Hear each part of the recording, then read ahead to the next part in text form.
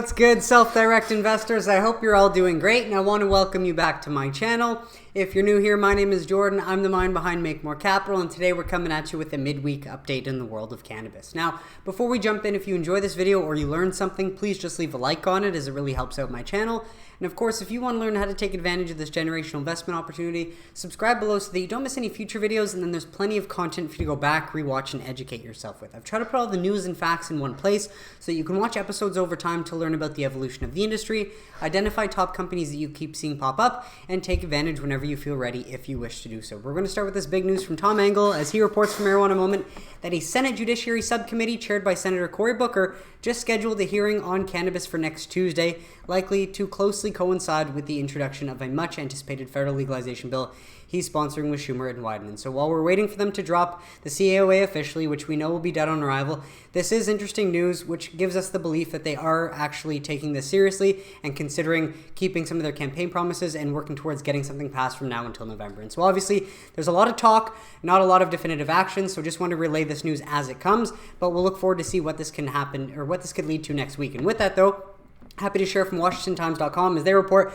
Congress brokering deal to help legal cannabis industry by easing banking rules. As far as headlines go, we can't ask for much more than this, and specifically including the fact that they plan to ease banking rules, because obviously that's very important for the industry to thrive.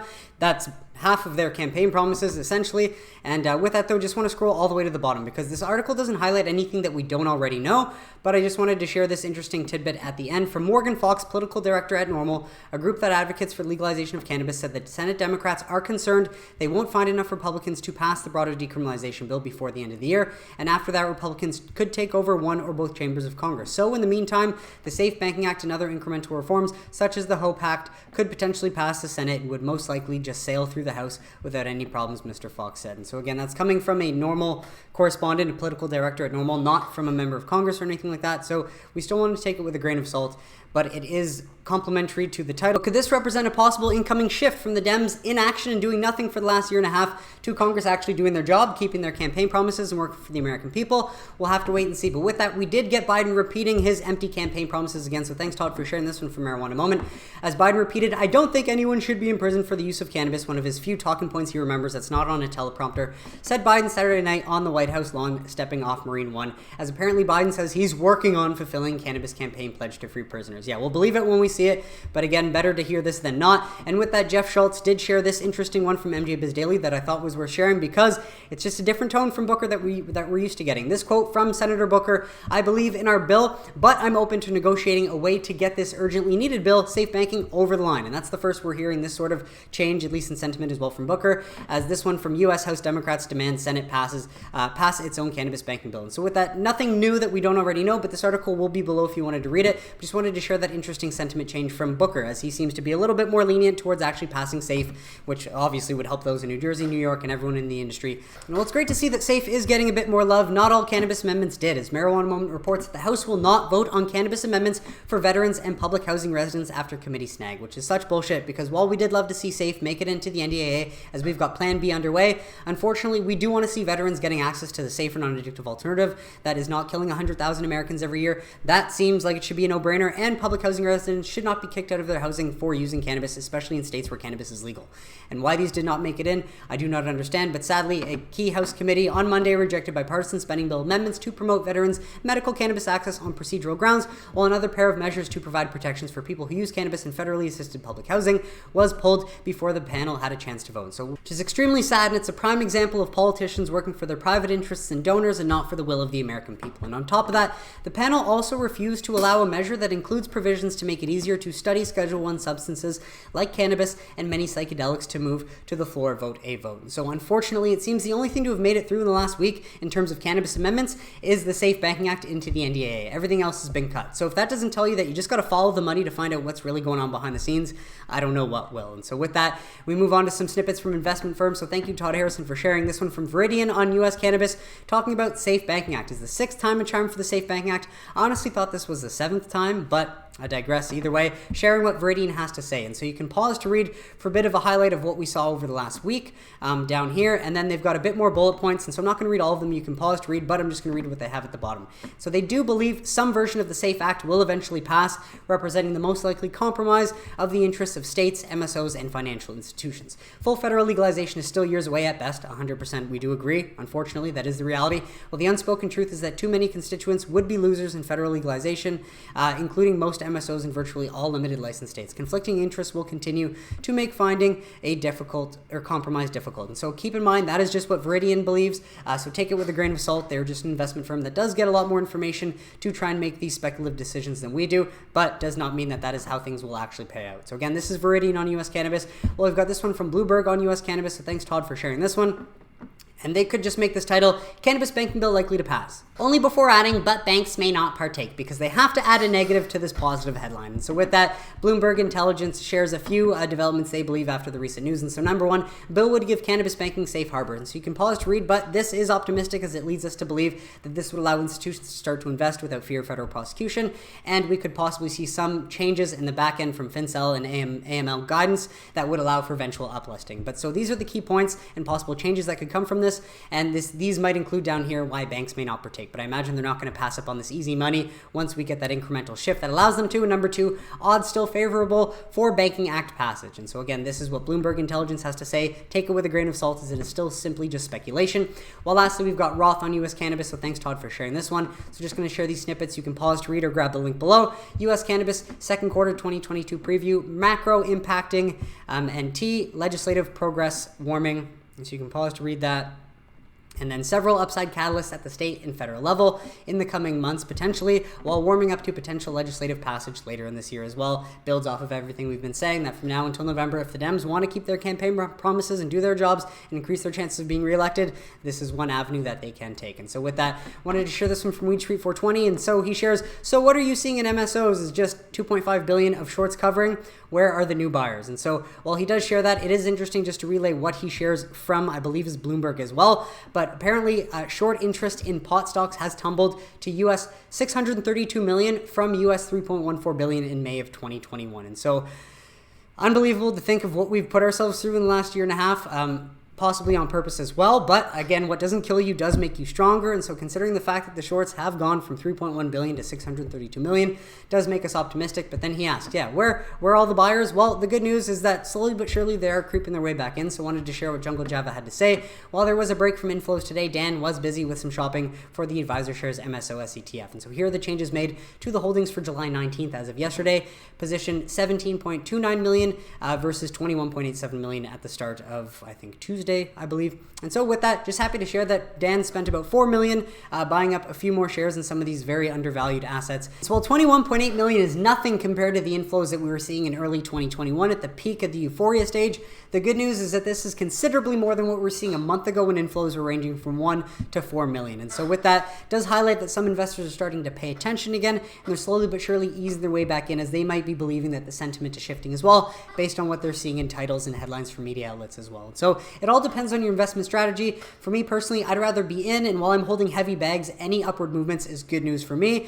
And so you can invest now and obviously risk holding bags as the price could go down a little bit lower, but I think we've honestly gone through that. Or you can wait until we get the news, and while you might miss a few of the gains after the news, because obviously people in the know usually find out before us, then you can just buy in and ride the wave up. It all depends on your style, but just wanted to share as many different ways to go about this. And so this is just my opinion and perspective, certainly not advice though. And so with that, Verano shares members of Verano's leadership team look forward to joining Weldon, Angelos, founder of Mission Green, at tomorrow's Symposium on Cannabis Clemency in DC, which is taking place today. And so good to see Verano partnering with Weldon Angelos, one of the former inmates that was pardoned by former President Trump for cannabis convictions. And so it would be great if the Dems kept their campaign promises and honored what Weldon Angelos is fighting for. And so we'll have to wait and see. Hopefully this is leading to that, and everything that we've been waiting for the last year and a half is starting to begin now. But with that, just sharing a bit more information on that symposium. So thanks, Todd, for sharing this, as he is traveling to DC today, spending day in DC with those trying to move the needle on criminal justice reform. So thank you guys for all the work you've put in and for the efforts that you're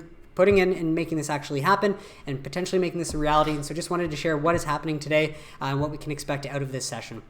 So you can pause to read. Well, there's a bit more information here as well, and you can pause to read. And so with that, I wanted to share this one from Pink Horse Capital Research, and it's a Substack, so it's, again, a random investor that is sharing their perspective. So take this with a grain of salt.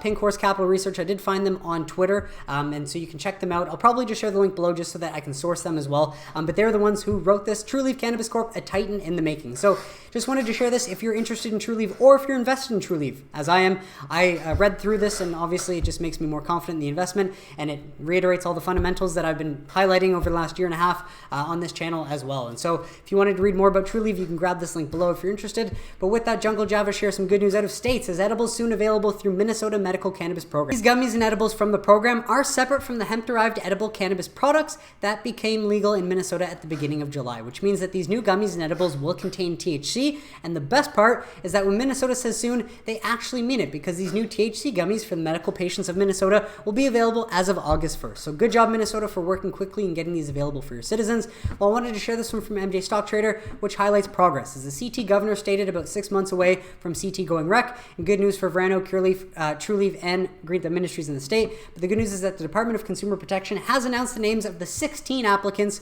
who were approved to be the first social equity cultivators. And what's funny is that I think 37,000 people applied, only 16 were awarded to be the social equity cultivators. And so thank you, OG Serby, for sharing this one. The 16 social equity growers have been named, and I don't really know many of them except for Meramed. He is familiar with INSA and Meramed as well. So he does pose the question to Boris, Ben Kovler, Kim Rivers, George Archos, who is the CEO of Cureleaf, Green Thumb Industries, Trulieve, and Verano. Are any of you angel investors in these CT grows? But for the 16 social equity growers that have been awarded, these are them. None of them are, from my understanding, any of the 4 big 5 tier 1 MSOs that we just listed that do happen to have the footprint in Connecticut. So we'll see what that means in time as things develop, but just wanted to share that news as Connecticut's market is rolling along. Well, unfortunately, Tom Engel does share this one, but I would take this with a grain of salt as well, because it's simply preliminary results. But preliminary results from Missouri's Secretary of State indicate that a cannabis legalization initiative is in danger of not qualifying for the November ballot. Well, from my understanding, I have shared stories in the past, and I do believe Missouri is one of them that is well underway of collecting the signatures. And so there's lots of time. Don't know why they would just share what preliminary results say, because that doesn't really mean anything. We want the actual results.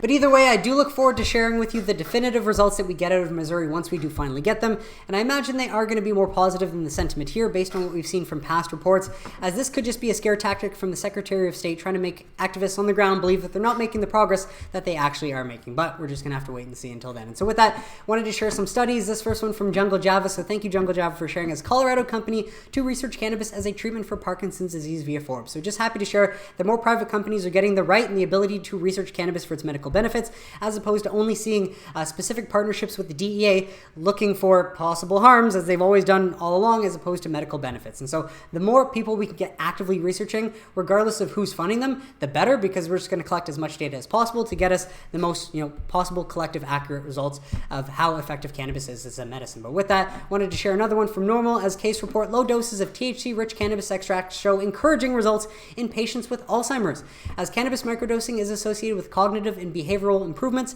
in a patient with mnemonic and non-mnemonic Alzheimer's disease symptoms, according to a case report published in the Journal of Medical Case Reports. And so while this sounds promising, I do have to reiterate that this is not a legit study, more of a case report looking at one patient and how they reacted. And so again, while the results are promising, it's a small scale case report and not a full study based off of a general public. So we can't treat it like that, but just to highlight the experimental treatment of THC-rich extracts in a 75-year-old patient with mild stage Alzheimer's disease, as the patient had been diagnosed with Alzheimer's 2 years prior to the use of cannabis. So there's more information of how it went, but they concluded in this case report, our results are unprecedented and very encouraging. In summary, data presented in this case report suggested that cannabinoid microdosing is a potential therapeutic for Alzheimer's disease with no significant side effects. That's considerable, and again, it's only one patient that did not have significant side effects. Still worth, actually doing a legit study now, although placebo-controlled clinical trials are needed to confirm and extend these data. And so obviously it's a good starting point, but more reason why we can deschedule so we can actually, do a lot more of these studies at a much larger scale. With that, though, I wanted to share this one from Peter Grinspoon, MD. So thank you, Peter, for sharing this study, as cannabis users exhibit a greater likelihood of exerting more effort for reward, suggesting enhanced motivation relative to healthy controls. So much for U.S. government's fever dream of amotivational syndrome. So very interesting, but he shares this off of Julie Holland, MD, her finding lazy stoners. Probably not. The current results do not support amotivational syndrome in adult frequent cannabis users. And so this is the study that that it looks at from end of June 2022, but super interesting. That conclusions. Cannabis users exhibit a greater likelihood of exerting more effort for reward, suggesting enhanced motivation relative to non-cannabis users. How fascinating. Take that, prohibitionists.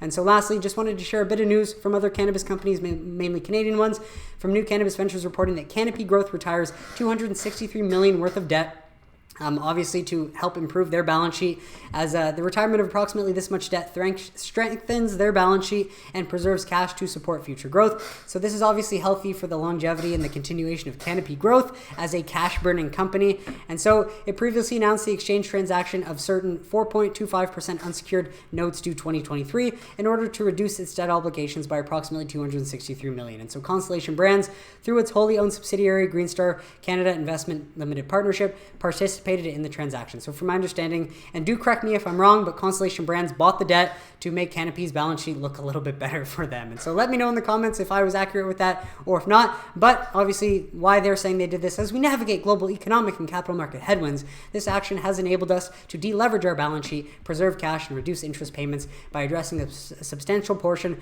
of our 4.25% unsecured notes. And while I have not looked into this, I do imagine though it is going to make hopefully Constellation Brands' balance sheet look a little bit better, as they have such a large investment in Canopy Growth. And I don't know if that's true though. Let me know in the comments if I'm wrong there, and please correct me if you happen to know how. But I imagine, Constellation Brands also wants to do that because for whatever reason it's going to make Constellation Brands' balance sheet look better for their shareholders as well. And so lastly, wanted to share this one from Jungle Java. As Tilray Medical Cannabis launches cannabis education platform, We Care Medical Cannabis across Europe. And so this, as We Care Medical Cannabis, a comprehensive resource for medical cannabis education, is now available in English, German, French, and Portuguese. So we do love to see Tilray taking their footprint outside of Canada a little more seriously, because the tiny Canadian market can only provide you with so much.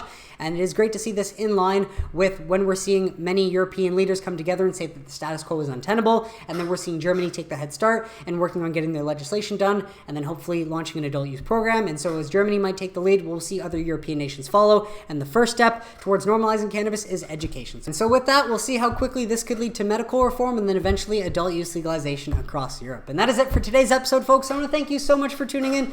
I really hope you got some value out of it. What did you think of the stories mentioned? Let me know in the comments if you have any questions or suggestions, and I'd be happy to address them. But besides that, if you enjoyed this video or you learned something, please just leave a like on it. Subscribe below if you don't want to miss any future videos, and I will catch you on Sunday for This Week in Cannabis News. Have a great week, everybody.